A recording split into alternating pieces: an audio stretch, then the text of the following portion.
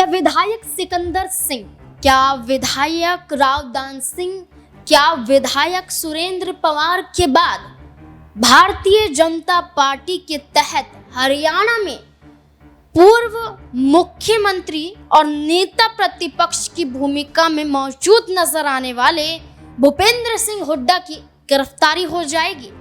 क्या 3 विधायकों के बाद अब ईडी की कार्यवाही विधानसभा चुनाव से पहले भूपेंद्र सिंह हुड्डा पर देखी जाएगी? और क्या भूपेंद्र सिंह हुड्डा सलाखों के पीछे पहुंच जाएंगे? नमस्कार, मैं नाज़मीन खान और आप देख रहे हैं SPN 9 न्यूज़।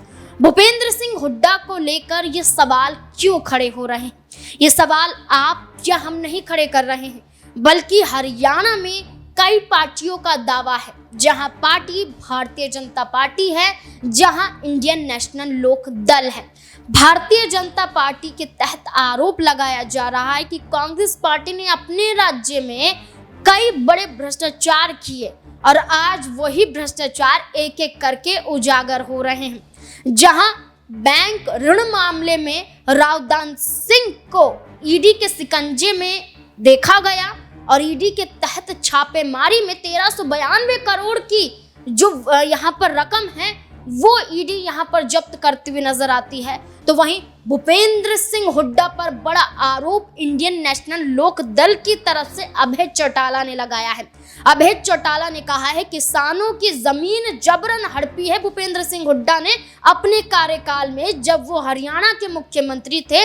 अब यही वजह है कि भूपेंद्र सिंह हुड्डा सलाखों के पीछे जाएंगे। दरअसल जानकारी के अनुसार बता दें कि मानेसर जमीन घोटाले मामले में ईडी की चार्जशीट में भूपेंद्र सिंह हुड्डा का नाम है, साथ ही साथ 34 और व्यक्तियों का नाम भी शामिल है।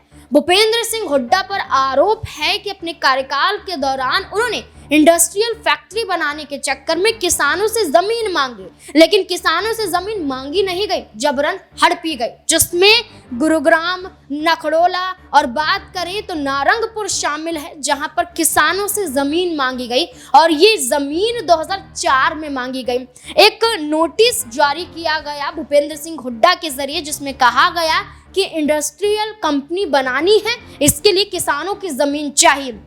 2014 में प्राइवेट बिल्डर्स समेत भूपेंद्र सिंह हुड्डा के जरिए जबरन किसानों को डरा धमकाकर जमीन खरीदी गई या कहीं की जब्ती गई और जब्त की गई। कम से कम यहाँ पर 900 एकड़ जमीन को अपने कब्जे में भूपेंद्र सिंह हुड्डा ने लिया, जिसके बाद 2014 का ये तस्वीर था और 2017 की बात करें तो वो नोटिस वापस भूपेंद्र सिंह हुड्डा लेते हैं, जिसके चलते किसानों को 500 करोड़ का नुकसान होता है, 500,000 करोड़ का नुकसान यहाँ पर होता है। और यही मामले को लेकर ईडी की चार्जशीट में भूपेंद्र सिंह हुड्डा का नाम है, जल्द इस शिकंजे में फंसते हुए नजर आ सकते हैं। इसी मामले को लेकर अभय चौटाला ने कहा है कि भूपेंद्र सिंह हुड्डा भी नहीं बच सकते, वो भी सलाखों के पीछे पहुंच जाएंगे। जहां अभय चौटाला ये आरोप लगाते हैं तो वहीं गुरुग्राम से भारतीय जनता पार्टी के सांसद और राज्य मंत्री राव इंद्रजीत का बयान होता है कि हर पार्टी में भ्रष्टाचार देखने को मिलता है।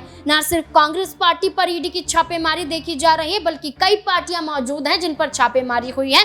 चाहे दिल्ली में आम आदमी पार्टी लगा लीजिए, चाहे बिहार में आरजेडी आप देख लीजिए, या कहीं झारखंड में आप चले जाइए तो वहां पर पार्टी नजर आती है। तो ऐसे में वो भारतीय जनता पार्टी पर भी हमला साधते हैं कि भारतीय जनता पार्टी में भी घोटाले हैं और ईडी की छापेमारी किसी को भी नहीं बख्शती है। ईडी के अधिकारी स्वतंत्र हैं, जहां यहाँ पर भ्रष्टाचार मिलेगा वहां पर कार्यवाही जरूर होगी। क्या भूपेंद्र सिंह हुड्डा पर मुश्किलें बढ़ने वाली विधानसभा चुनाव से पहले?